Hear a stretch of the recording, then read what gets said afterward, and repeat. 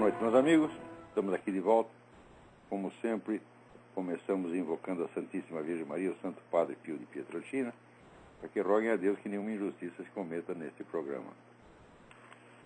Olha, eu acho que o assunto importante aí do plano internacional ainda é esse problema dos e-mails descobertos por dois hackers e trouxeram à luz a vigarice, toda a montagem de falsas provas articulada por climatologistas de renome internacional para dar uma sustentação, só dizendo científica, a essa coisa do aquecimento global, e não só aquecimento global, mas a teoria das causas humanas do aquecimento global.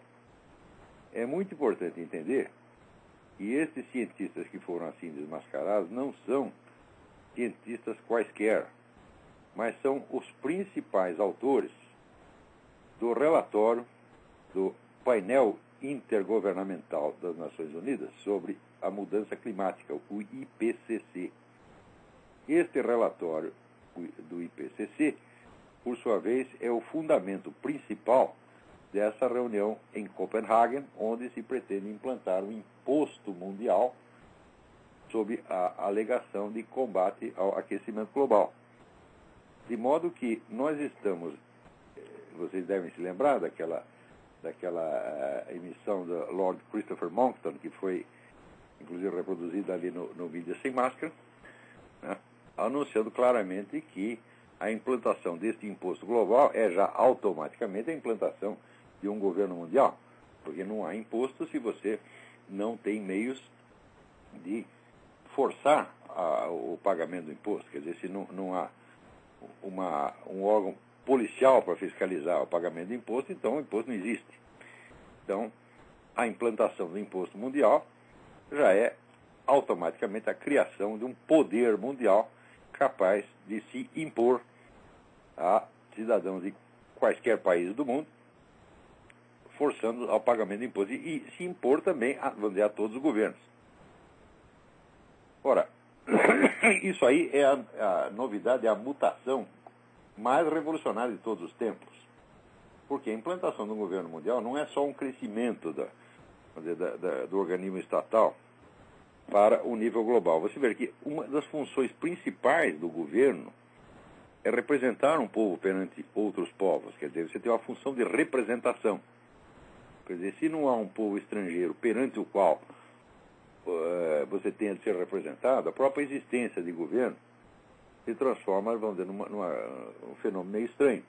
Agora, o governo global, ele representa que nação? Não uma nação, nem essa, nem aquela, mas representa a humanidade. Ele representa perante quem? Perante extraterrestres? Só pode ser.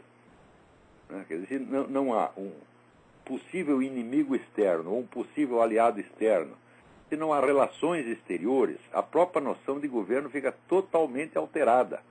Porque desde que o mundo é mundo, as relações exteriores é uma das funções fundamentais, né, do governo. Quer dizer, o governo é o órgão que representa um povo perante outro, que o defende de outros povos, que o articula com outros povos por relações diplomáticas, comerciais, culturais, etc, etc. Muito bem, o governo mundial vai fazer isso perante quem? Tá certo? Então, é de se prever que essa coisa de extraterrestres daqui a pouco comece a ter alguma relevância política. É capaz de você. Muito em breve vocês ouvirão autoridades mundiais começarem a falar. Eu não estou brincando, não. Isso não é uma piada, isso é coisa séria. Estudos a esse respeito já vêm sendo desenvolvidos há 60 anos. Vocês dizendo que a própria ideia do aquecimento global, do perigo ecológico, isso surgiu de um estudo feito mais de 50 anos atrás. O governo americano e outras entidades juntaram lá um grupo de estudiosos e cientistas para investigar a questão qual seria o substitutivo da guerra, possível substituto da guerra, como fator de unidade social. Ao longo de toda a história humana, o fator mais coesivo que existe, aquilo que mais facilmente junta um povo, é o conflito com outro povo. Né? Então, em uma situação de governo mundial, não há, evidentemente, mais guerra. Só a guerra desaparece e é substituído por operações policiais. Quer dizer, se o governo mundial tem que reprimir um povo que está saindo da linha, no seu entender, isso não é uma guerra, é uma simples operação punitiva. Né? É como o Império Mongol. Nós sabemos que o Império Mongol viveu em guerras, mas ele não chamava de guerras, ele chamava de expedições punitivas. Porque, do ponto de vista do Império Mongol, só havia duas regiões no mundo. E havia o Império Mongol e havia as regiões rebeladas. Isso é todo o resto do mundo. Então, o governo mongol não reconhecia outros governos. Só existiam, ele já era um governo mundial no seu próprio entender. Então, só havia o governo mongol e províncias rebeladas. Então, não havia guerra, evidentemente. É uma expedição policial, ou como eles chamavam, expedição punitiva. Agora, nós voltamos à mesma situação. Com o governo mundial, se um povo, por exemplo, se recusa a obedecer às normas do governo mundial, pode fazer, não uma guerra, mas uma operação punitiva. Mas a operação punitiva, ela, longe de poder ser um fator de coesão da sociedade, é um fator divisivo. Tá certo? Então, ficamos sem a guerra como um fator de coesão da sociedade. Então, reuniram esses cientistas, né, uns 200 mais ou menos, e eles publicaram um negócio que ficou conhecido como The Iron Mountain Report. Iron Mountain porque é o lugar onde eles se reuniam. Esse escrito circulou anonimamente até que o economista John Kenneth Galbraith, ele confessou que ele era um dos autores. Ele disse, não, eu estive lá, participei da reunião, eu sou um dos autores desse negócio. Não posso dizer o nome dos outros, mas se eles quiserem, eles podem fazer como eu e revelar que participaram disso. A conclusão do Iron Mountain Report é que havia dois possíveis fatores coesivos a que um governo mundial poderia apelar para criar um senso de unidade da população, né? Algo que unificasse toda a população num esforço comum. O primeiro era os extraterrestres, na hipótese de invasão de marcianos. Quer dizer, se a Terra fosse invadida, naturalmente a humanidade, né, se uniria para combatê-los. Né? Como os extraterrestres não parecem estar com muita pressa de fazer isso, né, de invadir o planeta Terra, então sobrava o plano B. O que era o plano B? Alguma grande catástrofe natural de proporções planetárias. Então o que foi sugerido aí foi exatamente, vamos dizer, uma crise ecológica. Uma crise que não tem manifestações concretas. Crise que até hoje, ela é mais uma previsão do que uma realidade. Você tem crises ecológicas localizadas, como por exemplo teve o negócio de Chernobyl, tá? Mas acontece que crises ecológicas localizadas existem desde que o planeta apareceu. Por exemplo, o deserto do Saara não é um deserto natural, ele surgiu de uma catástrofe ecológica. Ali, antigamente, havia floresta ali e sumiu tudo. Então, essas crises ecológicas existem desde que o mundo é mundo. E essa história de que é a indústria, a tecnologia que está criando, fala, olha, isso é apenas uma hipótese que jamais foi provada. Né? Ao contrário, você vê que a tecnologia, ela pode criar crises ecológicas locais, como criou em Chernobyl, ou, por exemplo, em Pequim, Beijing, onde a poluição é absolutamente irrespirável, ninguém pode sair de casa. Mas, ao mesmo tempo, a tecnologia é responsável por novas modalidades de integração do homem na natureza que são um sucesso espetacular. Quer dizer, quando você anda aqui pelo interior dos Estados Unidos, né, onde você tem vamos dizer, uma forma de vida que não é mais urbana, mas também não é rural. Né? O nosso sociólogo Gilberto Freire chamava de civilização rurbana, né? Que era meio rural, meio urbana. Você vê que isso é um sucesso ecológico absolutamente espetacular. São formas de existência social onde você tem todos os confortos da tecnologia e, ao mesmo tempo, a natureza está respeitada. Né? Isso tudo é fruto da própria tecnologia. Então, é difícil você dizer se a tecnologia é um fator de crise ecológica ou um fator que nos defende de crise ecológica. Né? Essa ideia da tecnologia como sendo uma coisa eminentemente destrutiva é mais uma figura de linguagem do que qualquer outra coisa. Então,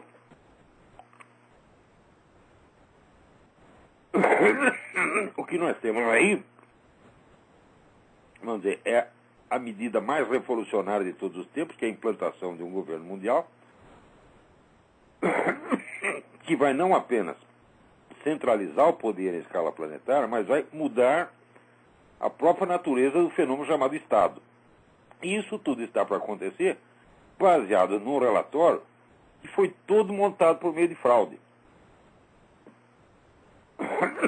Evidentemente, esse é um fenômeno esquisitíssimo, isso nunca aconteceu na história humana, e é exatamente o que nós estamos vivendo. Aquela conferência do Lord Monckton adquire nesse contexto onde é uma importância extraordinária. Eu sugiro que vocês ouçam aquilo de novo.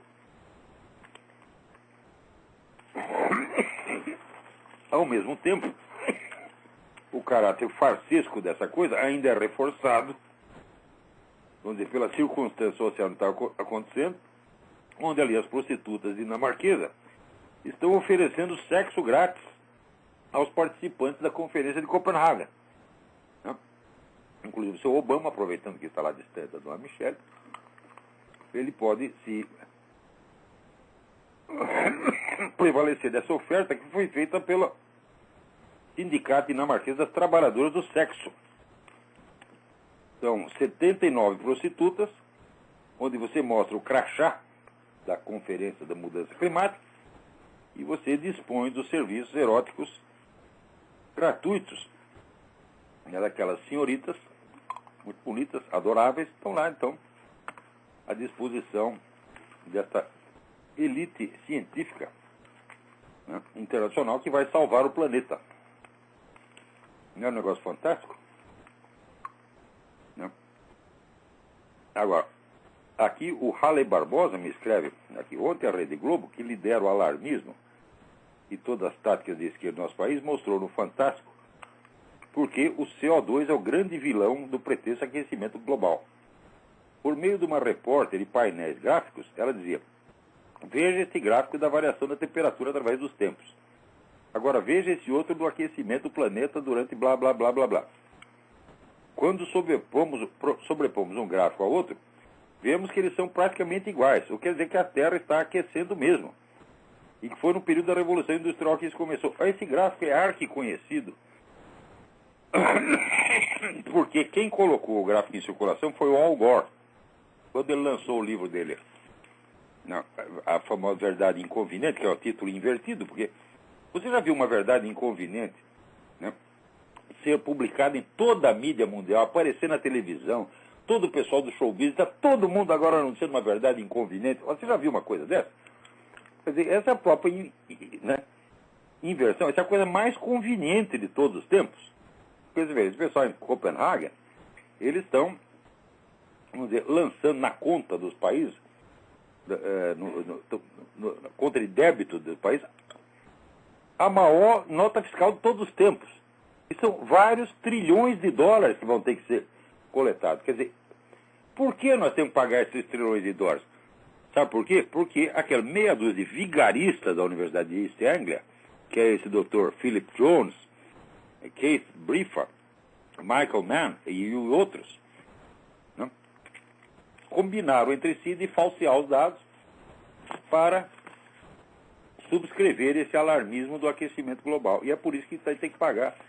Quer dizer, é a criação de uma autoridade mundial com um poder extraordinário, é o lançamento do maior débito de todos os tempos, tudo isso em nome de uma empulhação total.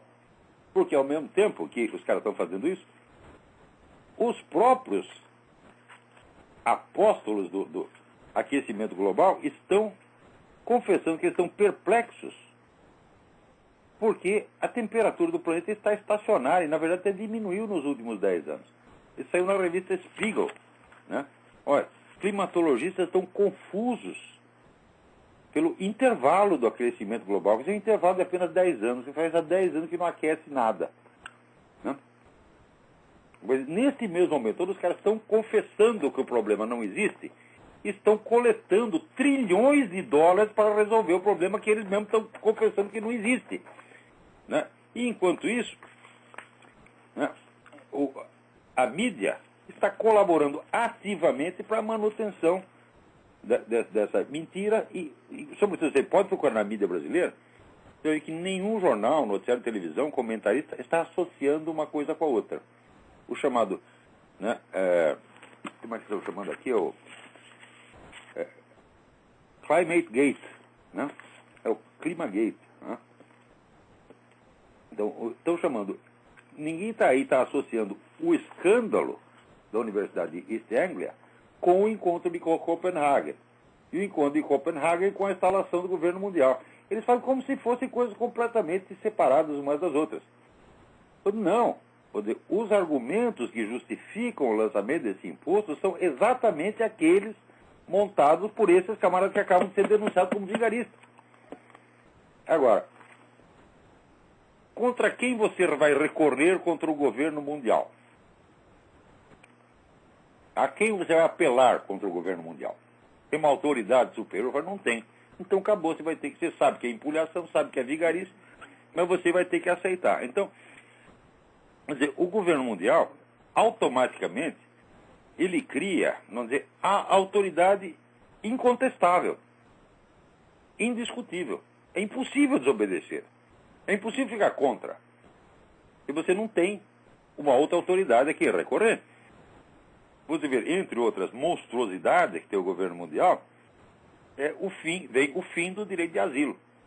Porque se no seu país, você é perseguido no seu país, você não tem contra quem recorrer, não tem a quem recorrer, você pode pelo menos fugir para outro país e se colocar sob a proteção de outro governo. Isso é um dos direitos mais antigos da humanidade. Você vê, durante a Idade Média, quando o pessoal dizia que tudo era tão horrível, se um camponês tivesse um conflito com o senhor de terra, com o senhor feudal, ele simplesmente juntava seus trens e ia para o feudo vizinho, cujo dono era obrigado a aceitá-lo, desde que ele fizesse o juramento de lealdade. Quer dizer que o camponês estava garantido que ele não ficaria sem terra. Os sem terra são uma criação da modernidade, os sem terra são uma criação da Revolução Francesa. Antes não tinha sem terra, por quê? Porque todo senhor de terras era obrigado a aceitar o camponês que viesse de outra terra. E, se não sobrasse mais lugar nenhum para ninguém, tinha sempre as terras da igreja, que era aproximadamente 30% da área total, que era de cultivo livre. Então não havia, durante toda a história do Ocidente, não houve um sem terra, antes do advento da bendita Revolução Francesa. Ninguém ficar sem terra era a mesma coisa que passarinho sem asa, não existia até, né? Então, era o quadrado redondo. Então, isso aconteceu ao longo de toda a história humana. Então, os sem terra são invenção moderna. Ora, quer dizer, esse direito de você ser recebido numa outra terra e protegido pelo governante ou pelo dono daquela terra, que é um dos mais antigos da humanidade e que existia numa época em que nem mesmo existiam ainda os estados nacionais. Quer dizer, os senhores feudais já respeitavam esse direito antes do advento dos estados nacionais. Esse direito vai acabar. Você tem um problema com o governo mundial, você vai pedir asilo político na Lua? Quer dizer, aí é bom que os extraterrestres nos invadam logo para você poder pedir asilo em outro planeta. Né? Tá. Então, esse gráfico que o Globo mostrou é o gráfico do Al Gore. As duas linhas, né, vamos dizer, da variação da temperatura, né, e o dos fatores tecnológicos que supostamente a causar, eles, de fato, né, as emissões de CO2, aumento da temperatura e emissões de CO2. De fato, as duas linhas coincidem, quando superpostas. Só que quando você põe as datas corretas, né, você vê que as variações de temperatura antecedem o aumento das emissões de CO2. Então, o gráfico demonstra exatamente o contrário do que a Globo e o Al Gore estavam dizendo. Isso já foi denunciado no mundo inteiro. Todo mundo sabe que é assim do jeito que eu estou falando. Agora, no Brasil, A Globo, que tem 75% da audiência, pega essa velha mentira já desmascarada, só que no Brasil ninguém sabe que foi desmascarada, e pode vender para vocês a mentira requentada. Porque como ninguém sabe que a coisa já foi desmascarada, então você engole de novo, e de novo, e de novo, e de novo, e de novo. Estão entendendo o que é viver no Brasil? Viver no Brasil é ser feito de trouxa o tempo todo, o tempo todo. Não? Por que isso pode acontecer aí? Veja por que pode acontecer. Ó, saiu na revista Época esta semana, não?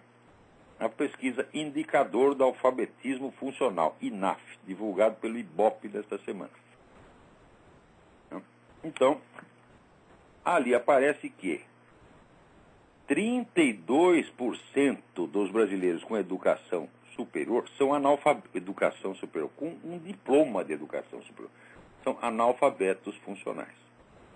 O repórter da Época até brinca, diz, olha, se você está entendendo este mesmo artigo, tá certo? Então, você pertence à categoria, vamos dizer, de apenas 25% da população alfabetizada é realmente alfabetizada. Né? Agora, você imagina, né, a taxa disso aí entre professores universitários, que fazem parte, vamos dizer, da população dita letrada. Né? Então, quer dizer, se 32% dos brasileiros com ensino superior são analfabetos funcionais, quer dizer, 32% dos professores universitários também são, porque eles fazem parte dessa população com ensino superior. Ser analfabeto funcional significa o seguinte: você não incorporou na sua mentalidade o ensino primário. Falta-lhe ensino primário. Quer dizer, você não é capaz de reconhecer por trás das palavras o seu significado. Isso é uma habilidade que você tem que adquirir no ensino primário. Agora, você imagina os outros que já não são mais analfabetos funcionais, quantos não têm uma educação secundária ou universitária deficiente? Esse 32% tem são camaradas diplomados, são doutores, você está entendendo? São mestres, são doutores. Estão exercendo funções de ensino ou de alta responsabilidade, estão na mídia, estão no parlamento, estão na presidência de empresas e são analfabetos funcionais. Agora, você imagina, então, se eles têm essa deficiência primária, olha quantos não têm deficiência de ensino secundário ou universitário. Ou seja, quantos professores não são, embora sejam até capazes de ler, não ignoram a sua própria disciplina no todo e nos detalhes. Vocês entendem por que eu considero a Universidade Brasileira, na sua totalidade, uma empulhação? Entende por que eu considero que nenhum trabalho intelectual sério pode ser feito dentro da universidade? Entende por que tudo que eu estou fazendo passa à margem da instituição universitária e não quer nenhum contato com ela, nem de perto, nem de longe? É por causa disto. Então, dizer, a Universidade Brasileira está de baixo nível, etc. Não é isso. Baixo nível, meu filho, tem a Universidade Americana hoje. A Universidade Brasileira não é universidade de maneira alguma. Eu digo para vocês, eu conheço uma pessoa que tem formação universitária como se deve. Essa pessoa sou eu. Eu sou um scholar universitário. Esse pessoal que está ensinando vocês no Brasil não é. Então, agora, no Brasil, as pessoas que não têm conhecimento, um ignorante não pode medir a ignorância do outro. Então ele se deixa guiar pelo quê? Pelos sinais exteriores. O cara tem um diploma de não sei o quê. Eu digo, mas são justamente essas pessoas que têm diploma que entre elas tem 32% de analfabeto funcional. Como podemos levar a sério essa pessoa? Como podemos aceitar esta categoria de pessoas como juízes de um trabalho intelectual, como por exemplo o que eu estou fazendo? Isso é uma palhaçada kafkiana que eu jamais poderia aceitar. É por isso que quando o Bruno Tolentino falou, não, nós temos que arrumar um diploma de doutor honoris causa para você, na USP, eu digo, olha, é o seguinte, eu vou dizer o que fazer com esse diploma, enfia no cu. Tá certo? No cu peru. Isso é absolutamente desprezível, eu jamais me submeteria a uma vergonha dessa, a uma abominação, porque eu sou um homem de ciência, eu sou um estudioso sério, eu não me submeto ao julgamento de analfabeto funcional. em troca de um papelzinho assinado. Entendeu? Agora, você sabe que o Brasil é governado por um sujeito que se gaba de ter cometido um crime de estupro real, imaginar, não sei se ele cometeu, mas ele que ele se gabou, e ainda achou bonito, porque diz, foi brincadeira. Né? E que está lá, né, expressando sua nostalgia do tempo em que os meninos tinham relações sexuais com cabritas e jumentas. Quer dizer, é evidente que o sujeito é um sociopata. Hã? Quer dizer, o sujeito de uma baixeza moral extraordinária. Mesmo que ele não fizesse mal algum a ninguém, o simples fato de ele pensar assim, já mostra que é uma pessoa que não é bom você receber o cara numa família decente. Ele não é uma pessoa que tem a capacidade de julgamento moral do que faz. O Brasil é governado por isso, por essa coisa. Entendeu? Então, isso está abaixo da possibilidade de discussão. Agora, por que esse cara está no governo? Porque o país é assim. É um país de analfabetos funcionais. Você pensa, por exemplo, que isso sai, por exemplo, na revista Época, quer dizer, o jornalista está dizendo que os outros, né, pessoas com formação superior, como ele próprio, né, são analfabetos. Agora, você acha que o jornalista é melhor que os outros? Olha aqui. Leio aqui um artigo do Jorge Colli, colunista da Folha, né, que diz o seguinte, que nos Estados Unidos, onde a mentalidade é pragmática, né, as pessoas cultas são discriminadas, porque o normal é ser inculto. Eu digo, de onde ele tirou isso? Ele tem alguma ideia do que é o ensino superior, a cultura, a intensidade do debate cultural aqui? Gente, você imagina, por exemplo, no Brasil, se para fazer uma revista, houve várias revistas de cultura que duravam 2 anos, 3 anos e acabavam. Não existe uma única revista de cultura que consiga durar no Brasil. Nenhuma única. A que mais durou foi a Anhembi, em São Paulo, que acabou. Sabe quantas revistas de cultura circulam aqui? São 20 mil. Hã? Então, essa ideia de que a americano é inculto, o americano não lê, eu digo, meu Deus do céu, isso mostra a incultura do próprio brasileiro. Esse Jorge Colli, mesmo que ele tenha vindo aqui, esse pessoal que vem do Brasil, vem pra cá, eles vão na Disneylândia. Eles vão comprar radinho de pilha, você tá entendendo? É isso que eles vêm fazer aqui, porra. Gastar dinheiro em loja e ir na Disneylândia. Então, nos Estados Unidos não tem cultura, eles são só consumistas. Ora, meu Deus do céu. Ora, existe um estudo, Richard Hofstadter, que chama o anti-intelectualismo nos Estados Unidos. Então, quando você vai ver o que é o anti-intelectualismo nos Estados Unidos, é uma coisa de intelectuais. Né?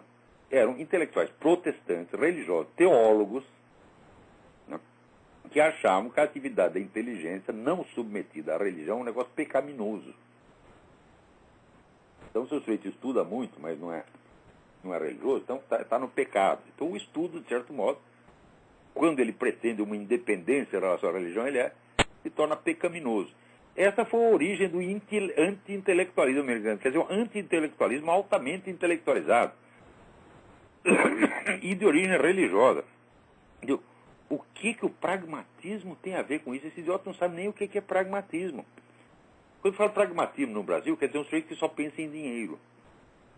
Pragmatismo, meu filho, é uma escola filosófica criada por intelectos de primeiríssima ordem, como William James, Josiah Royce, Charles Peirce e outros.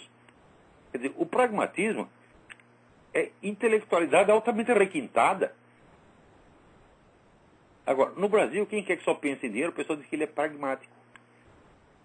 Aqui ninguém diz que isso é ser pragmático. Aqui dinheirismo é dinheirismo e pragmatismo é pragmatismo. Pragmatismo é escola filosófica da qual os americanos se orgulham muito. Por ter tido pelo menos 3 gênios filosóficos lá, que são esses que eu citei. Isso não quer dizer que eu gosto da escola pragmatista, nem que eu aprecio, nem que eu assim, mas tem que reconhecer a capacidade dos caras. Quer dizer, um anti-intelectualismo baseado em motivos dinheiristas aqui nos Estados Unidos jamais existiu. Jamais existiu. O que existiu, quer dizer, na classe média, tem pessoas que têm essa mentalidade. Tá certo? Então, mas que isto seja a mentalidade do país e que isso seja significativo da cultura americana, não faz de jeito nenhum. O que é significativo é o anti-intelectualismo brasileiro. O brasileiro não é apenas contra intelectualismo, vamos dizer, laico. O brasileiro é contra todo e qualquer conhecimento. O fato de que um sujeito como Jorge Colli pode escrever uma coisa dessa na Folha, mostrando total desconhecimento, né, da cultura americana, tanto que ele dá como amostra da cultura americana, eles querem ver como eles são anti-intelectuais, eles criaram, né, o personagem do Dr. Lecter, né, o Dr. Hannibal Lecter, que ele era um sujeito muito culto, mas ele era um psicopata criminoso. Eu digo, quer dizer que todos os intelectuais que aparecem nos filmes americanos, tudo psicopata criminoso, é? E por causa de um personagem, ele coloca um personagem como se esse Thomas Harris, que é o sujeito que escreveu a história do Dr. Lecter, fosse o escritor americano mais significativo, quando aqui é um escritor de 40ª categoria, né? E depois, ele ainda diz, olha, um filme da série Hannibal, realizado em 2001 por Ridley Scott. Eu digo, Ridley Scott é inglês. Como é que ele pode ser a expressão da cultura americana? Né? Então, primeiro,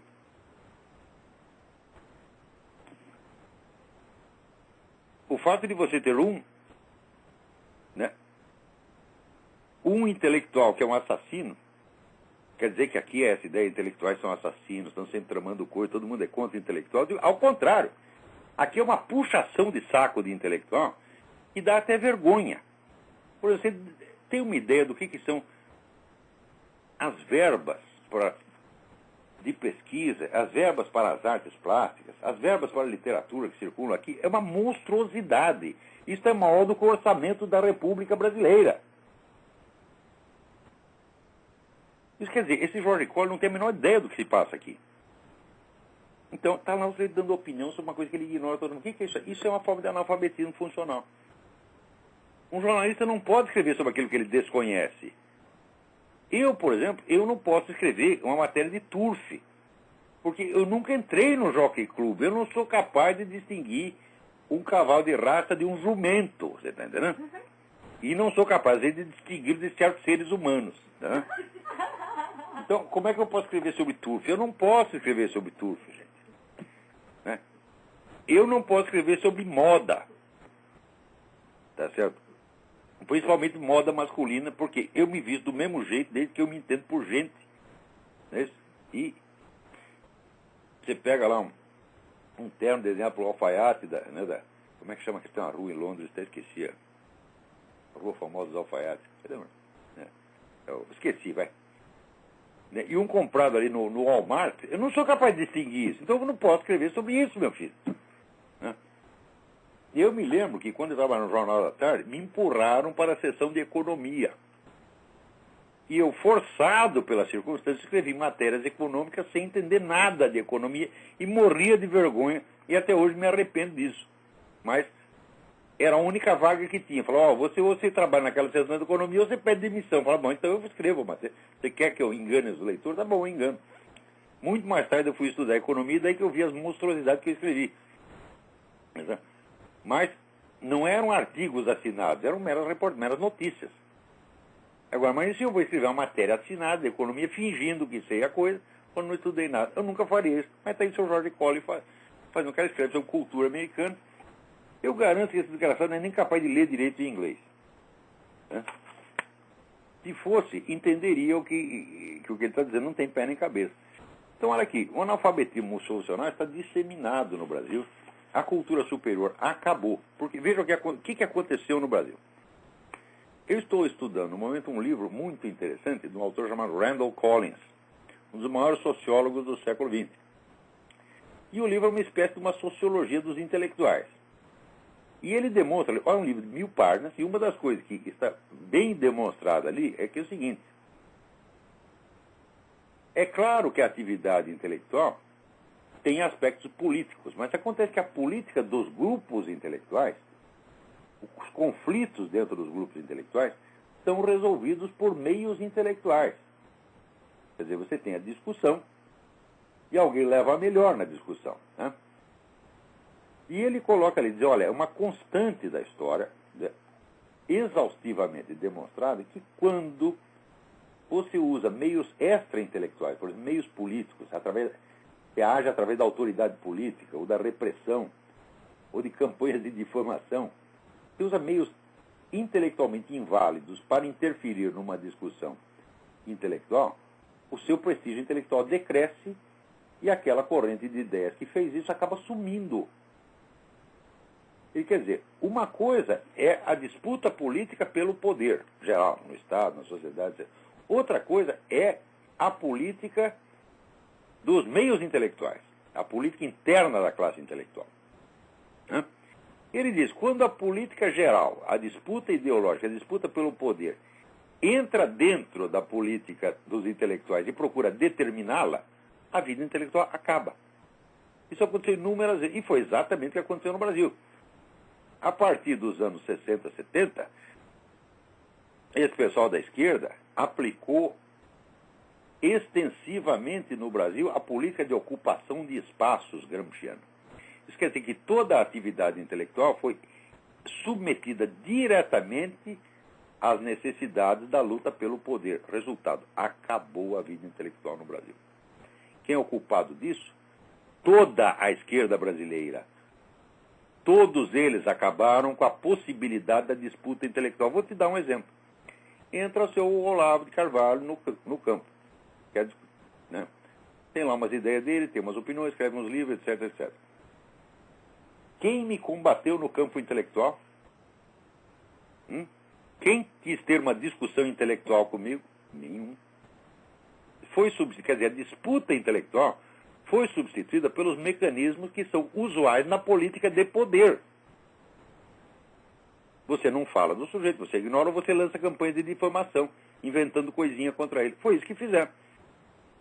Então, como é que eu posso, né, respeitar essas pessoas e querer, até como me sugeriu o Bruno Telefino, um diploma assinado por esses vigaristas? Mas nunca na minha vida eu ia aceitar uma coisa dessa. Né? Então, você pega aquele corpo docente da USP inteiro, né? Eu considero aquilo um bando de incapazes. Alguns são incapazes e outros são vigaristas mesmo. Na melhor das hipóteses, quando aparece no meio universitário brasileiro, na área de filosofia, uma pessoa de altíssima competência pelos padrões brasileiros, é um sujeito capaz de ler um livro de filosofia e explicá-lo. Quer dizer, é um intérprete didático de algum filósofo. Filósofo eu não tenho nenhum. A Universidade Brasileira jamais gerou um filósofo, não tem um único filósofo na Faculdade de Filosofia do Brasil. Na melhor das hipóteses, você tem explicadores ginasianos de filosofia, e que já é. Né? Então, por exemplo, você pega ali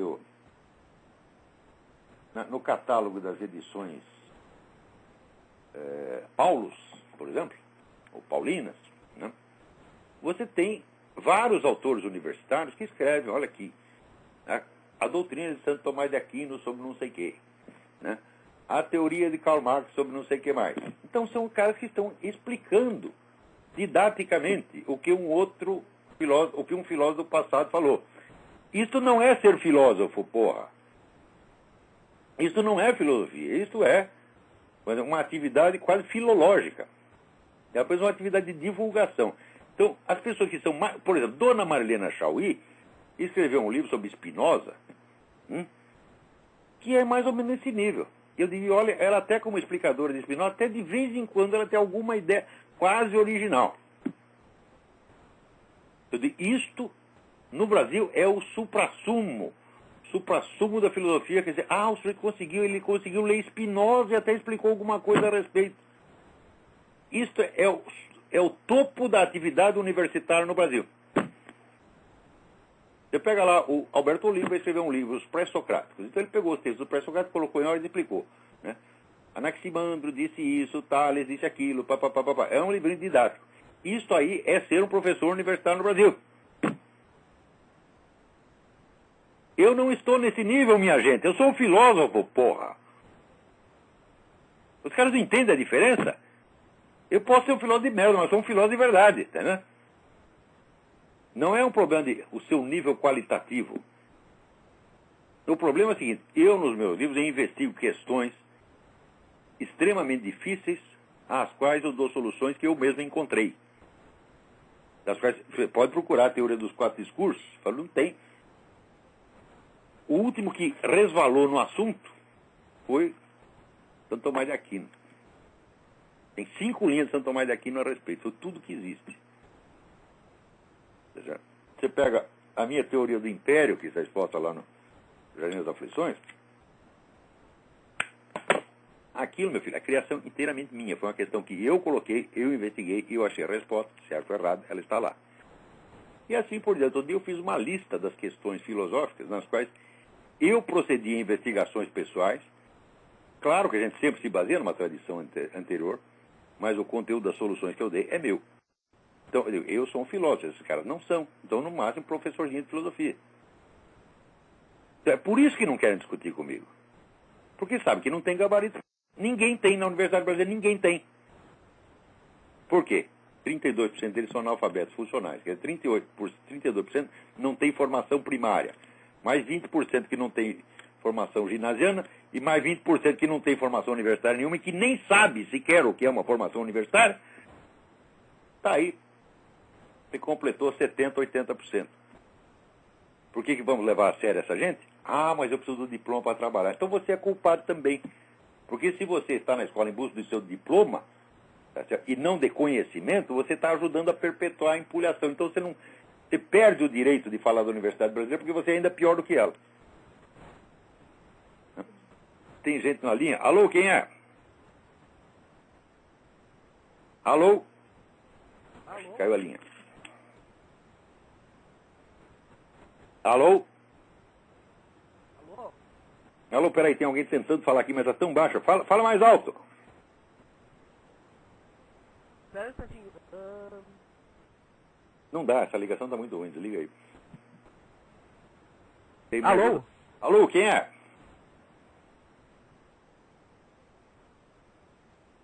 Alô? Liga o próximo aqui, a ligação está muito ruim. Alô? Nossa, acho que todas as ligações estão ruins hoje. Alô? Alô? Alô, quem é? Alô? Sim, Alô? quem está falando?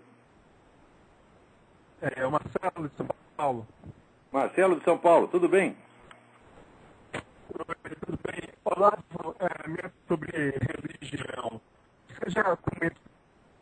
Meu Deus, a ligação está muito ruim. Não estou entendendo nada, Marcelo. Você ligue novamente que não estou conseguindo ouvir você. Tem mais alguma ligação aí?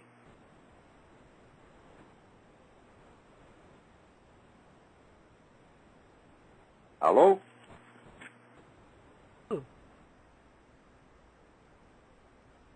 Nossa, essa ligação também está ruim. Então vamos em frente. Agora, vocês não pensar que só no Brasil que acontece essas loucuras, veja aqui. O assessor do Obama para a segurança nas escolas, Kevin Jennings, ele está, é o que eles chamam aqui, é o czar da segurança nas escolas, né? Está defendendo a ampla distribuição de pornografia para crianças nas escolas, né? Ao mesmo tempo, teve aqui um casal que foi preso no estado de Wisconsin, né? Não, Missouri, porque venderam leite da vaca. Veja que crime, venderam 2 galões de leite da vaca, tiraram da vaca, encheram 2 galões e venderam para um vizinho. Você não pode consumir o leite não pasteurizado. Ora, todo mundo sabe que esse processo de pasteurização é ambíguo. Uns dizem que funciona pra caramba, outros dizem que faz até mal.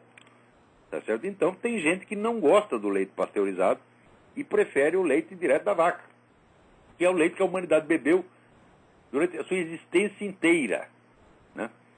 E que se fosse mortífero já teria acabado com a humanidade há muito tempo.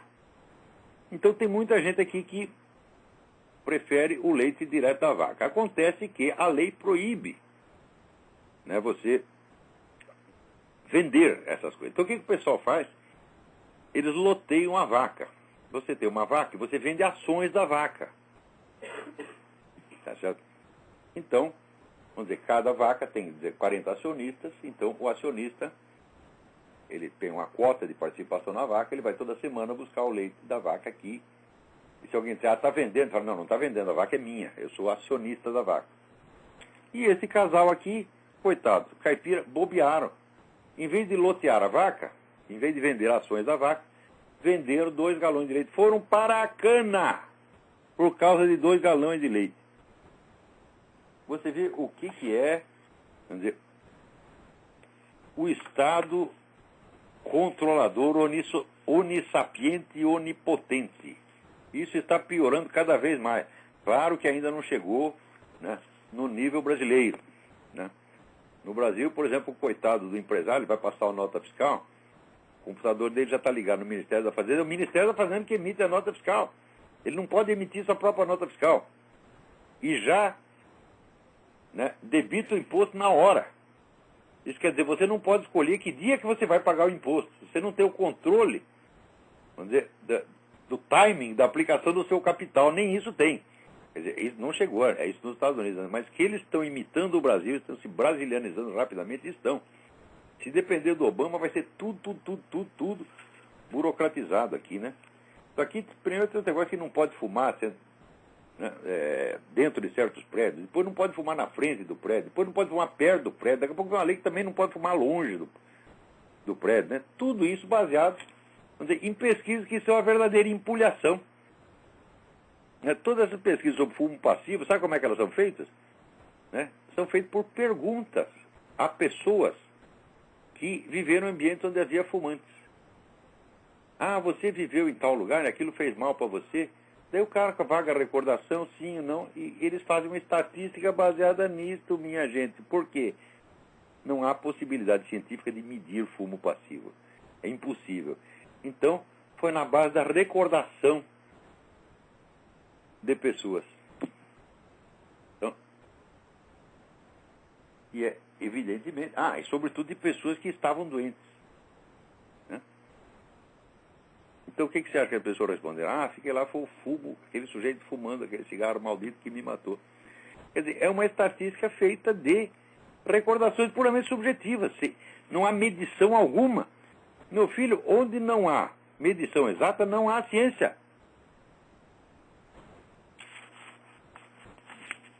Tem alguém na linha? Alô, quem é? Alô? Alô, Olavo? Sim. Alô, Olavo?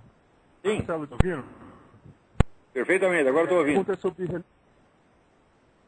minha pergunta é, o senhor já comeu mente sobre militantes como Richard Dawkins e Christopher Hill? Eles afirmam que não há provas da existência de mentira. Então, eu queria pedir para o senhor as provas filosóficas da existência de Deus. Por exemplo, os salmos. Eu não estou ouvindo, agora ficou ruim mesmo. Se é que eu entendi, você quer saber o que eu tenho a alegar contra o Dawkins, Daniel Dennett, etc. Em primeiro lugar, que eu tenho a alegar contra eles é o total desconhecimento que eles têm do assunto do qual estão falando. Quer dizer, você não precisa entrar na matéria do assunto para discutir com eles, porque existem condições preliminares. Né? Dentro, vamos dizer, da técnica dialética antiga, tem um negócio que se chama ignoratio elenchi. Ignoratio elenchi é quando o sujeito que entra na discussão não sabe o que está sendo discutido. Esse é o caso de Dawkins e Daniel Dennett. Quer dizer, eles entram numa discussão sobre Deus, mas eles não têm conhecimento suficiente de uma só religião no planeta. A ideia que eles fazem de Deus é a ideia pueril, né? É mitos pueris. E quando esse invento, por exemplo, assim, citar São Tomás de Aquino, são citações que você vê que o sujeito pegou na Wikipédia. Tá? Eles têm conhecimento do assunto religioso de Wikipédia. Então eu não preciso entrar na matéria do argumento deles, porque o argumento está afetado de ignoratio elenchi. Eles não sabem qual é a discussão, não sabem qual é o tópico em discussão. Então, quer dizer, não merece o exame do conteúdo dos argumentos. Tá certo? Quer dizer, se o argumento é depositado em relação ao tópico em discussão, você não tem nem por que ouvi-lo. Por exemplo, o senhor Richard Dawkins pergunta: Como é que Deus faz para saber tudo o que todo mundo está pensando? Quer dizer, ele imagina o seguinte: olha, existe aqui o pensamento humano, os seres humanos já estão pensando, daí vem um Deus de fora e ouve os seus pensamentos de fora. Então, essa pergunta é pueril. Ela não tem por que ser discutida. Quer dizer, o próprio conceito de Deus é contraditório com isso. Então, eu digo, olha, você volta para casa e estuda o assunto, né? E, na verdade, o que nós sabemos é o seguinte: não é que Deus ouve os pensamentos de todo mundo, é que os pensamentos de todo mundo são expressões, são manifestações de uma possibilidade universal que se chama Logos. E é a razão divina. A razão divina quer dizer, a própria inteligência estruturante do cosmos. Você é uma expressão dela. Você pensa porque existe o Logos, não é você que está pensando, né? E depois vem um Deus de fora para te escutar. Quer dizer, como é que se pode discutir uma pergunta pueril como essa? Dawkins e Dennett são charlatães, são vigaristas. Ora, aceitar a discussão com vigaristas, eu digo, só americano mesmo, é tão educado que trata esses camaradas com respeito, que não merecem. Né? E o respeito, você estuda o assunto e daí você faz uma objeção pertinente. Né? Existem objeções pertinentes que podem ser feitas, muitas podem ser feitas. Mas esses caras não, isso aí não tem jeito, não tem o que conversar. Né? Então esses aí não são nem mesmo pensadores ateístas. Esses caras são teístas. O Dawkins acredita em deuses astronautas, porra. Então é por isso que esses caras fazem sucesso no Brasil. No Brasil, o Dawkins é um ídolo. Agora, o nosso tempo aqui está acabando porque eu vou passar para vocês a mensagem que eu recebi do Euclides de Oliveira. Tá certo? Não, mais uma pergunta, vamos ver se dá tempo para responder. Alô? Alô? Também não chegou. Então é o seguinte, vamos parar com isso e eu vou tocar para vocês a mensagem do Euclides de Oliveira, para a qual eu peço extrema atenção. Essa é uma mensagem muito séria, né, e digna de atenção. Vamos lá. E depois, quando terminar a mensagem dele, o programa estará encerrado automaticamente, que eu dessa vez nem vou me despedir de você.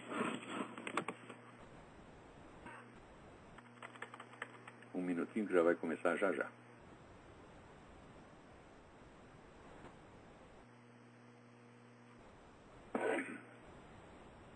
Olá, Olavo. Quem fala aqui com você é Euclides de Oliveira Júnior. Já mandei uma vez um outro áudio para você, bem mais bem-humorado do que esse que eu pretendo mandar hoje. Mas é o seguinte, já faz algum tempo que eu estou ensaiando para mandar isso para você, para falar com você, até porque eu não sei como você vai entender isso, mas diante das coisas que têm acontecido e do que tenho visto e ouvido você comentar e falar, eu tenho certeza que você vai saber entender exatamente o que eu tenho para lhe dizer. Olavo, é o seguinte, eu vou começar contando uma história para você rapidamente, para você poder entender o que eu quero lhe dizer. Há coisa de 20 anos, eu já era cristão, mas eu tive 2 infartos. Na verdade, eu já tive 5. Os primeiros 2 eu estava com 30 anos. Eram infartos sérios. Me levaram para a UTI do hospital, em Araraquara, na ocasião. E eu, na UTI, eu estava passando muito mal. Meu coração batia 180 batidas por minuto. E a dor do infarto é uma coisa terrível, rapaz. É uma coisa tremendamente ruim. É uma dor, enfim, se você já teve cãibra em algum lugar do corpo, a dor do infarto é uma cãibra generalizada no seu tórax, né? Então é uma coisa assim, vou dizer para você, é insuportável. E com o coração disparado, a gente tem a sensação de que vai morrer mais depressa ainda, porque 180 batidas por minuto, você tem a sensação de que os seus órgãos vão sair pela boca. Não tem jeito de você segurar. E naquele momento ali eu estava na UTI sozinho. E eu então falei com Deus. Falei, Senhor, eu sei que eu estou às portas da morte aqui. Mas eu quero te dizer o seguinte, Pai. Eu gostaria de ficar vivo, eu quero ficar vivo. Mas não sou eu que decido isso. É o Senhor que manda. Agora, eu quero te pedir uma coisa, Pai. Eu falei, se eu tiver que ficar aqui neste mundo, eu quero ficar bom. Porque se eu ficar aqui dependendo de médicos e de remédios para poder viver, falei, eu prefiro que o Senhor me perdoe todos os meus pecados e me leve embora, porque eu estou pronto. Eu não quero ficar nesse mundo aqui dependendo de homens. O Senhor sabe que desde que eu me converti, eu sempre tenho pedido ao Senhor que o Senhor sabe que está no meu coração, eu tenho orado para que o Senhor me ensine as tuas coisas, porque eu não confio nas pessoas. Eu já tenho visto coisas absurdas demais para poder dizer que eu confio nas pessoas a respeito de ensinamentos quaisquer que venham da tua palavra. Eu quero que o Senhor me ensine. E se é para ficar aqui nesse mundo, eu quero que o Senhor me deixe bom, Senhor. Mas não sou eu que decido isso. Isto é a tua vontade que tem que ser feita e não a minha. Se o Senhor quer me levar, então eu peço que o Senhor perdoe os meus pecados, que o Senhor abençoe minha família, porque eu tenho 2 filhos pequenos ainda, minha esposa e meus pais, eu sou filho único. Então para eles vai ser um choque muito grande. Então eu peço ao Senhor que os abençoe, que cuide deles e pode me levar que eu estou pronto, Senhor. Bom, Olavo, eu, sinceramente, eu não cheguei no amém, né? Naquele instante, assim, durante menos de 1 minuto, eu senti um calor imenso no meu tórax, um fogo muito forte, assim, que andou dentro de mim. Mas, assim, a dor do infarto mesmo em si, ela não foi embora. Amenizou, mas não chegou a ir embora. Mas imediatamente, assim que esse calor passou, eu olhei para o monitor e vi que meu coração batia a 73 batidas por minuto. Parecia um relógio. Bom, consequentemente, aquilo me deu um ânimo muito grande. Eu pensei comigo imediatamente, Deus me ouviu. Deus me respondeu, Ele quer que eu fique. Né? Bom, a partir daquele dia em diante, minha vida tomou outro rumo. Porque, como Jó, eu dizia, eu sabia, eu conheço o Senhor de ouvir falar, mas agora os meus olhos te veem, né? Então, naquele dia em diante, eu senti. Falei, Deus me respondeu, Ele quer que eu fique, Ele tem um objetivo. E, de fato, o tempo se passou. E aí entra uma coisa que eu não sei como você vai entender, mas eu tenho certeza que você vai saber interpretar isso corretamente. Você mesmo já disse isso aí, Deus fala conosco. Né? Deus fala conosco. E realmente Ele falou comigo, só que não falou em sonhos, não. Ele falou quando eu estava acordado, perfeitamente são, lúcido, né?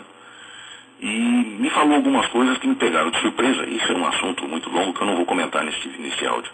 Mas ele me falou algumas coisas e me disse a quais instituições aqui da cidade eu deveria levar essa mensagem. Era uma mensagem dura, que dizia, meu povo está misturando doutrinas humanas com a minha palavra. Isso eu não admito. Eu não vou deixar isso continuar.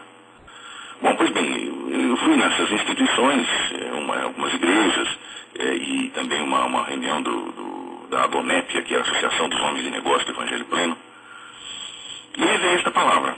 Bom, evidentemente que você imagina a zombaria que foi, né? Algumas pessoas continuaram cutucando a orelha enquanto eu falava, outros palitando o dente, e quase ninguém deu atenção. Eu falei o que tinha para falar, né, com bastante cuidado, porque eu sabia que não podia chegar e falar, gente, tem uma mensagem aqui de Deus para vocês. Não é assim, né? Mas falei. E me retirei no final das reuniões, tudo, não voltei mais. Eu sei que foi uma zombaria, mas afinal de contas, em 90 dias, exatamente palavra por palavra que Deus tinha me falado, aconteceu. Aquelas instituições fecharam as portas, inclusive igrejas fecharam as portas. E as pessoas se dispersaram, porque aquilo estava simplesmente uma bagunça generalizada. Eram doutrinas as mais estranhas possíveis entrando no seio da igreja, se misturando com a doutrina da palavra de Deus, e aquilo ficou uma bagunça tão grande. Deus falou, chega, acabou. E acabou mesmo. Isso foi há 20 anos. Né? De lá para cá, muita água passou debaixo da ponte. Eu me calei, na verdade, mas durante esse período o Senhor Deus também me chamou uma vez para levar uma mensagem a uma pessoa específica da minha família. E esse é um assunto que também uma outra hora qualquer eu posso contar para você. Mas, quando eu levei essa mensagem, na verdade, ao mesmo tempo eu recebi um chamado da parte de Deus para aquilo que Ele me fez ficar aqui na Terra para fazer, né? Ele me deixou ficar, Ele me curou ali naquele dia no hospital, mas Ele tinha um propósito para mim. E esse propósito é exatamente este que eu estou lhe contando. Mas, não vou dizer tudo aqui por causa do tempo também.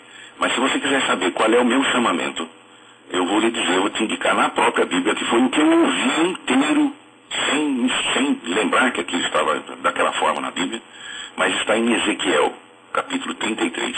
Leia o capítulo inteiro, evidentemente descontando as partes que se referem exclusivamente a Israel, né, e que já foram cumpridas, evidentemente, mas lembrando que eu sou músico também. Quando você ler o livro de Ezequiel, do capítulo 33, você vai entender exatamente para o que eu fui chamado. Bom, pois bem, e por que eu estou falando isso com você agora? Eu não quero dizer que esse meu chamamento me coloque numa posição especial. Eu não sou superior a ninguém.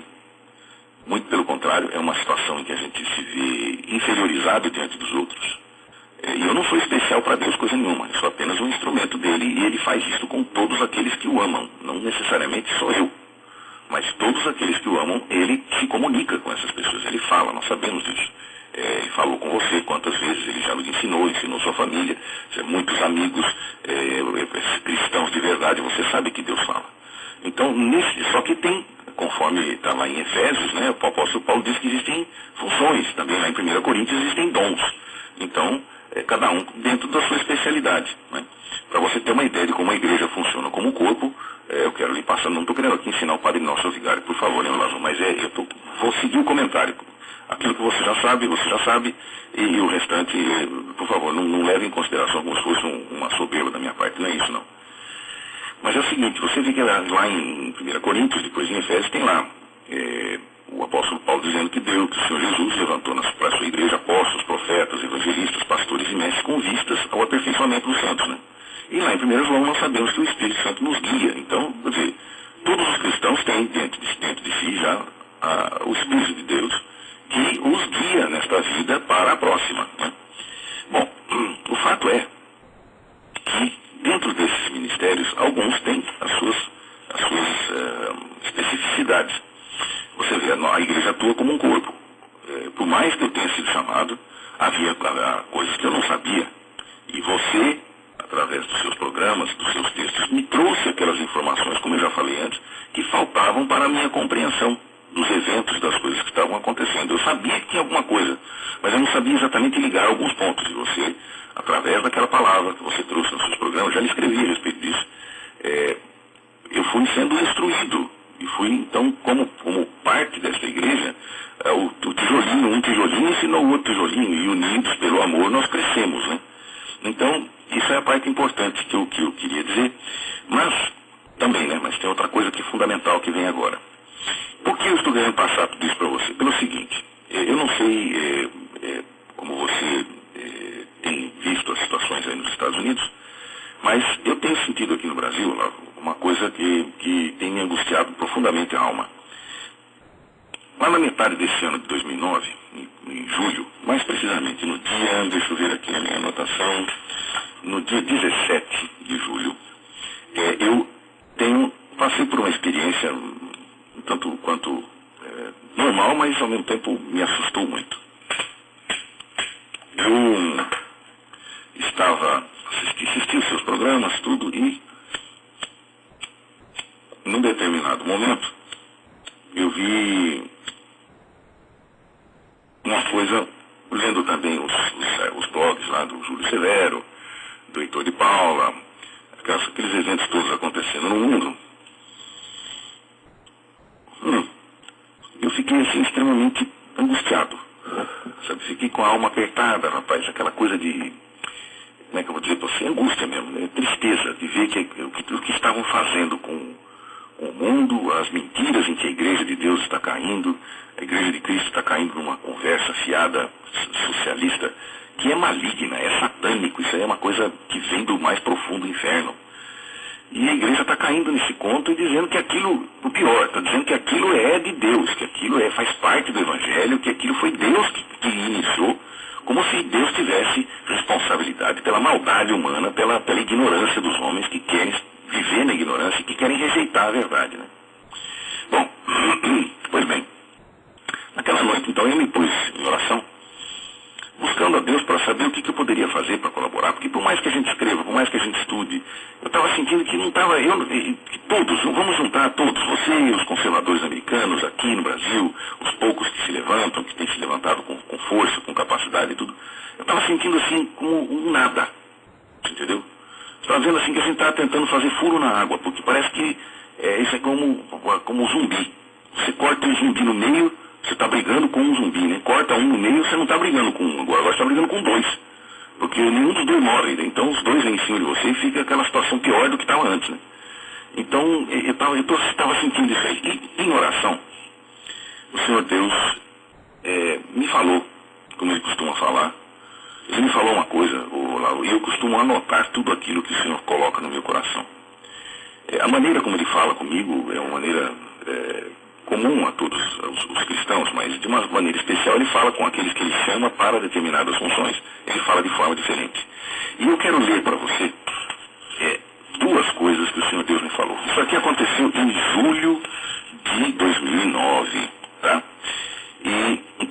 eu vou ler para você esta parte, essa primeira parte. Está aqui. Atenta para o que vou dizer. Em 3 anos, o mundo passará por novo colapso financeiro. Desta vez será por minha mão. Eu tornarei o fraco em forte, e o forte eu abaterei. Derrubarei o altivo, e meu povo se levantará. Os que são meus brilharão como as estrelas no céu. Os inimigos cairão pela espada, e lá ficarão. Onde caírem, ficarão.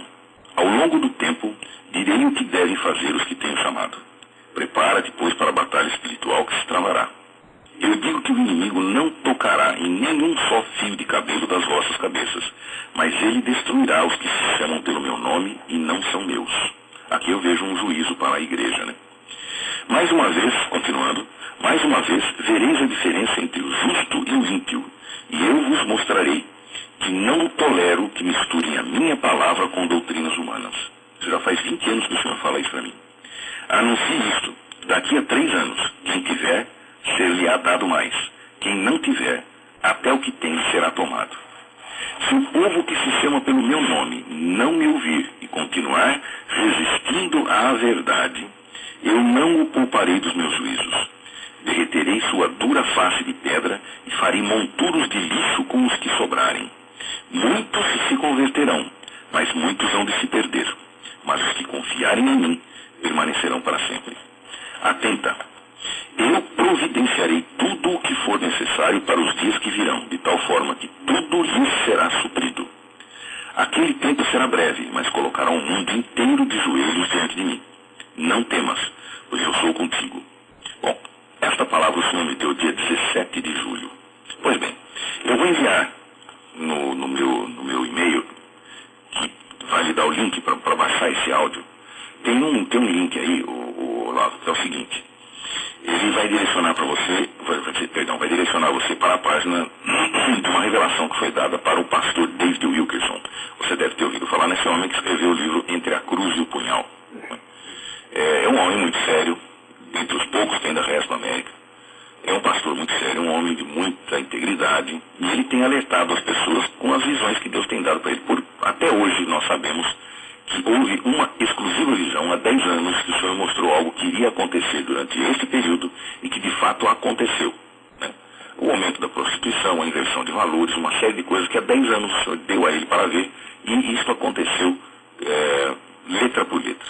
Agora, eu não sabia disso. Depois desse dia 17 de julho, passados uns 15, 20 dias mais ou menos, eu estava procurando um amigo meu na internet e uma pessoa que mora na Bahia. Ele foi advogado do Banco do Brasil e é um cristão. E eu procurando por ele na internet, porque eu soube que o pai dele, que é um grande amigo meu, foi meu padrinho de casamento, inclusive faleceu num acidente de automóvel. Eu procurava, eu queria mandar uma mensagem e tudo, e acabei encontrando um artigo dele num site. E esse link eu mando no meu e-mail, tá? Então você, por favor, clique lá, você vai ler. Que foi uma visão que Deus deu ao pastor David Wilkerson. Esta visão se refere principalmente à América, né? Mas quando eu li o relato dele a respeito dessa visão, eu simplesmente me arrepiei, porque eu falei, meu Deus do céu, exatamente aquela impressão que eu tive quando o Senhor Deus me falava isso aqui. Só que a palavra que Deus tinha dado para ele foi em março de 2009, e a minha foi em 17 de julho. Só que é o seguinte, eu só fui descobrir isto 15 dias depois do dia 17, quer dizer, já estávamos em agosto. Né? Aí que eu fui saber que ele tinha escrito isso aí. E por uma coisa assim que, na verdade, não tinha muito fundamento, mas eu acredito que Deus tenha me dirigido até para ver essa confirmação do que ele falou para mim. Bom, isso eu estou falando para você pelo seguinte, nós estamos vendo que o cerco está se fechando. Cada dia que passa você vê mais uma barbaridade, você vê mais uma abominação, você vê mais uma loucura, você vê mais uma coisa maligna acontecendo no mundo. E a igreja, e a maior parte das pessoas, inclusive os cristãos que conhecem a verdade, estão tão dominados pelo medo e pela incapacidade de reação que elas não estão fazendo absolutamente nada. As pessoas estão ficando assim completamente desvinculadas da realidade e estão se esquecendo da verdade, que é Cristo. Então essas coisas são problemáticas demais e vão trazer juízos de Deus sobre os homens, principalmente sobre os ímpios. Né? Então, esta palavra que o Senhor Deus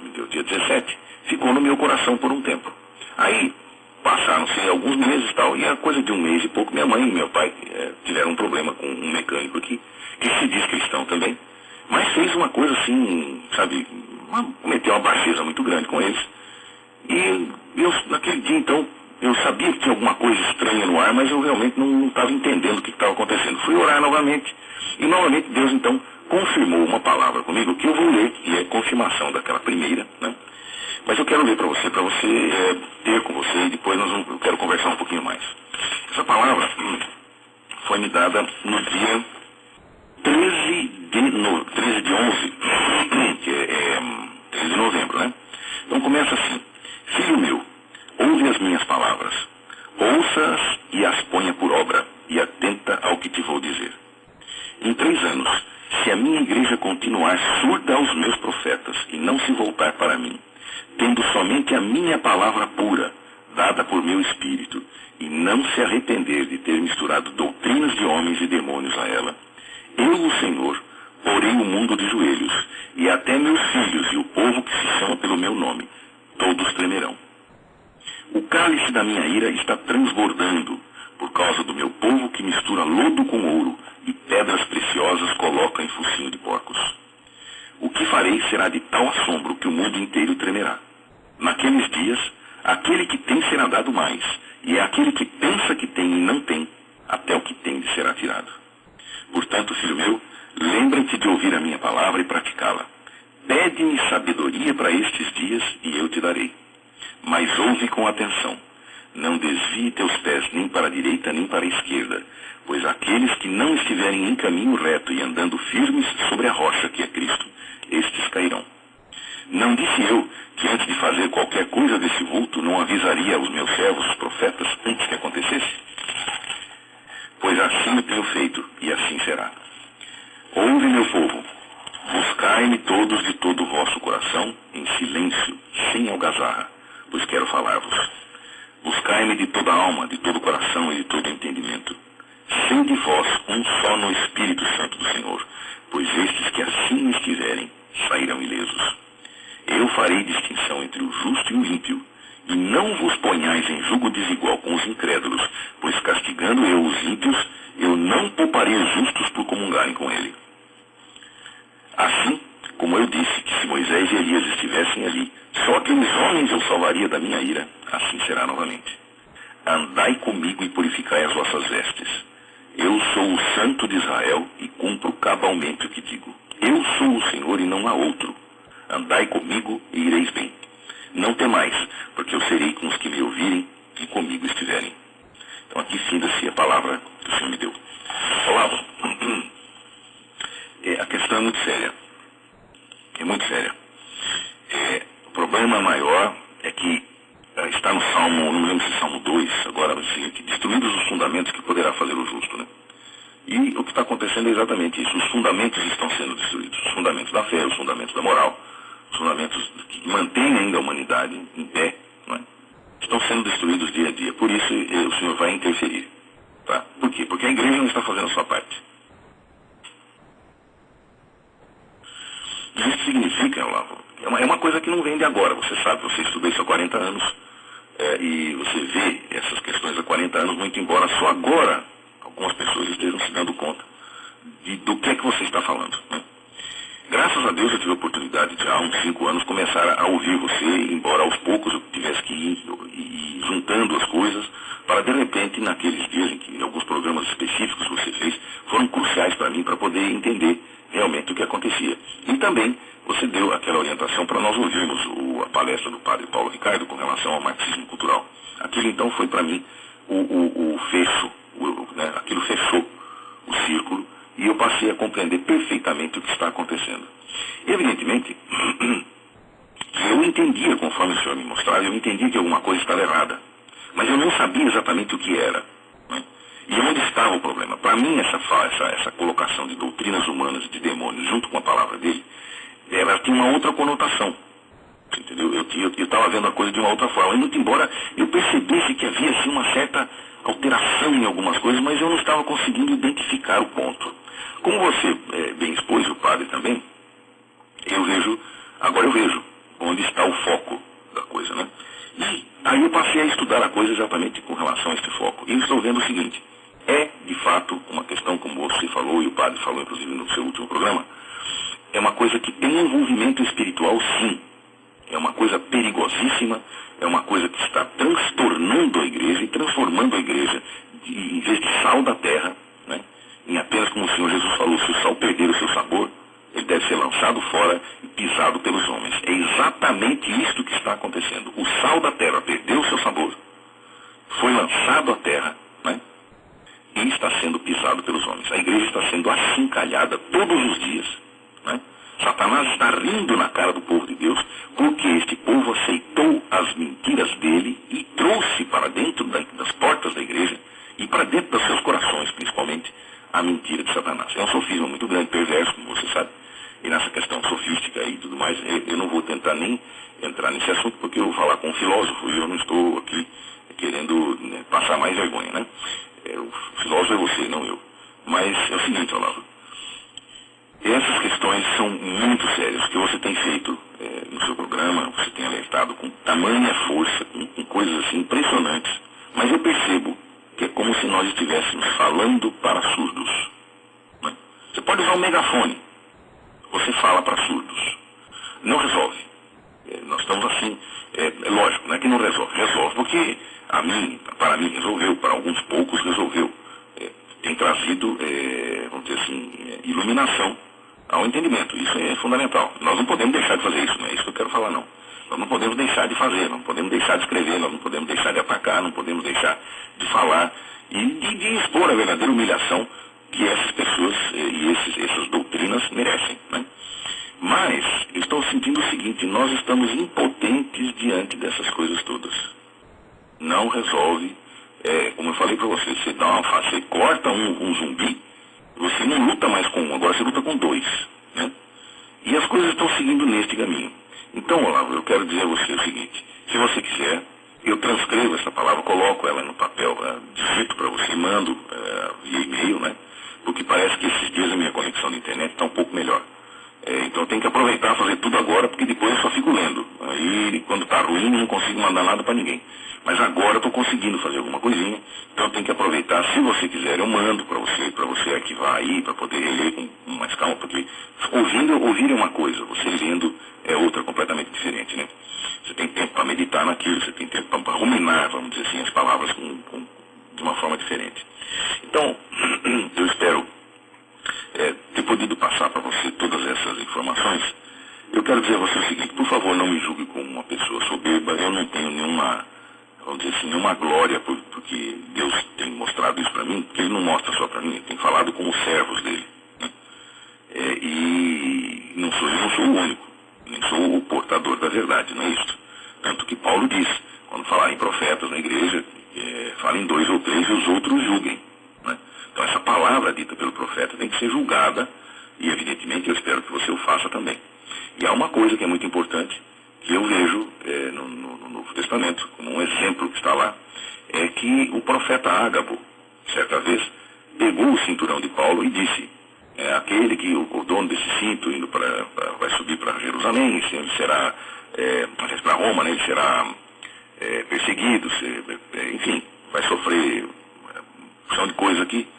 E aí Paulo então responde da seguinte forma, o Espírito Santo expressamente me avisa que por onde eu passar, eu já sei as perseguições que virão, né? Então eu sei, eu estou pronto até a morrer por Cristo se for necessário. Quer dizer, o que o profeta Ágabo havia falado para Paulo, Paulo já sabia no seu coração. Então o profeta veio para confirmar. Nesse caso, em que o que eu estou passando para você, atuando como um profeta, de fato, eu tenho certeza que já estará no seu coração isto. E eu só venho então para confirmar ainda mais isto. Então eu quero pedir a você que faça exatamente como o senhor tem falado. Aqui não há distinção doutrinária, Olavo. Nós temos realmente, tem algumas doutrinas, eu sou protestante, nós temos algumas doutrinas que são diametralmente opostas. Mas se há um diâmetro, então nós temos um centro. E o centro é Cristo, e é neste centro que nós temos que estar firmados daqui para frente e unidos como um só nele. Porque quando o fogo descer, ele vai pegar os que não estiverem protegidos pela muralha de fogo que é o Senhor ao nosso redor. Não é?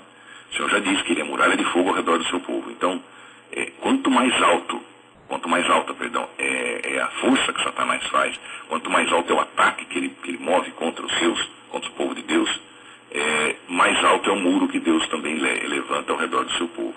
Mas, o Senhor fará isto para nos orientar e também para purificar a sua igreja, porque os fundamentos estão sendo destruídos. E destruídos os fundamentos, que poderá fazer o justo? Nada. Isso nós sabemos. Então, Olavo, eu levo essa palavra a você.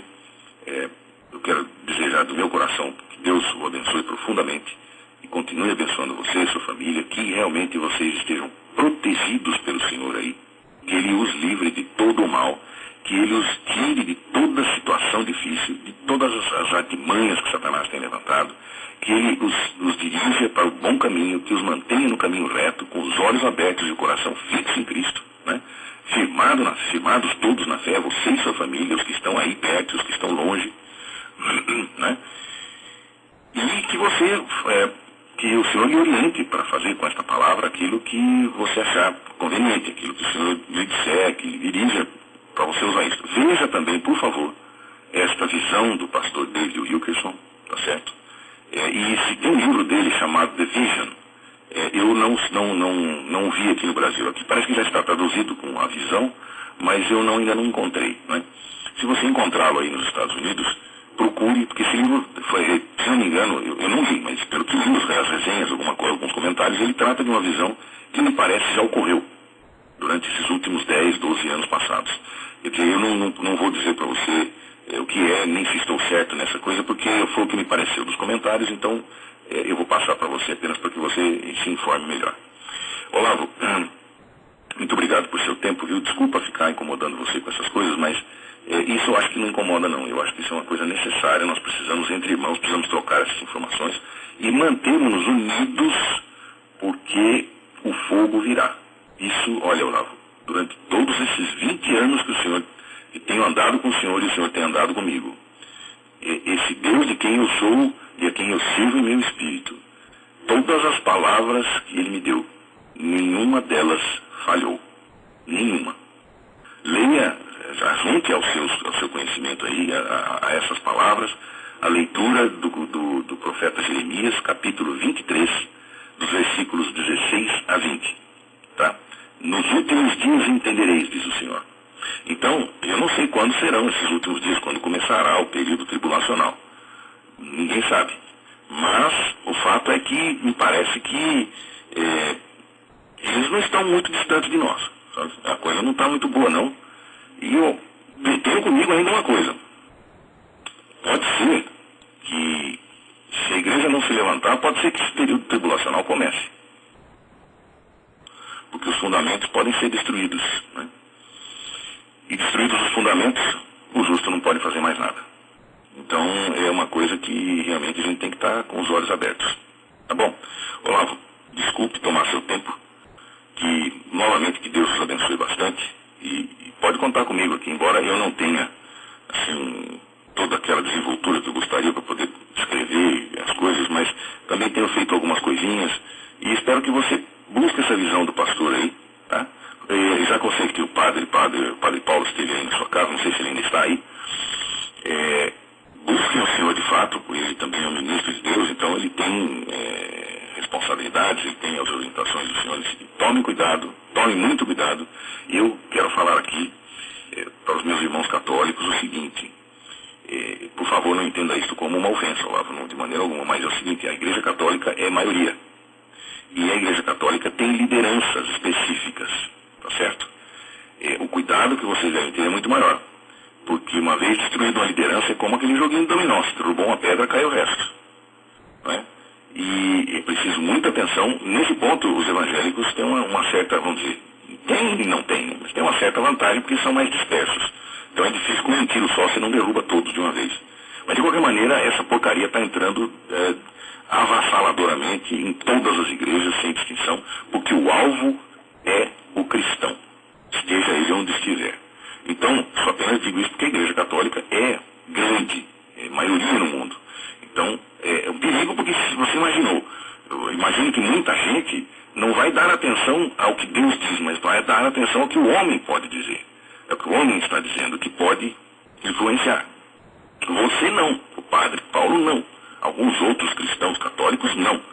Mas a maioria não é assim, você sabe. Principalmente aqui no Brasil. Que a maioria já é massa de manobra, já está assim, marxista, o Satanás dá um toquinho de dedo, todo mundo segue para um lado, dá um toquinho de dedo, todo mundo segue para o outro.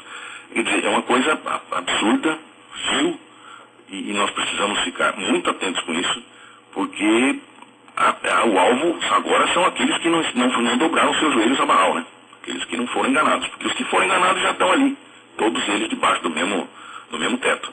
Agora, os que não dobraram os joelhos a Baal ainda, agora são alvo. Então, nós precisamos ficar muito atentos e estar com muito cuidado, porque agora os alvos seremos nós. Entendeu? Por isso que eu estou dizendo essa palavra, por favor, não interprete nada como se eu estivesse fazendo alguma afronta à Igreja Católica, como eu vejo aí muitos cristãos protestantes fazerem.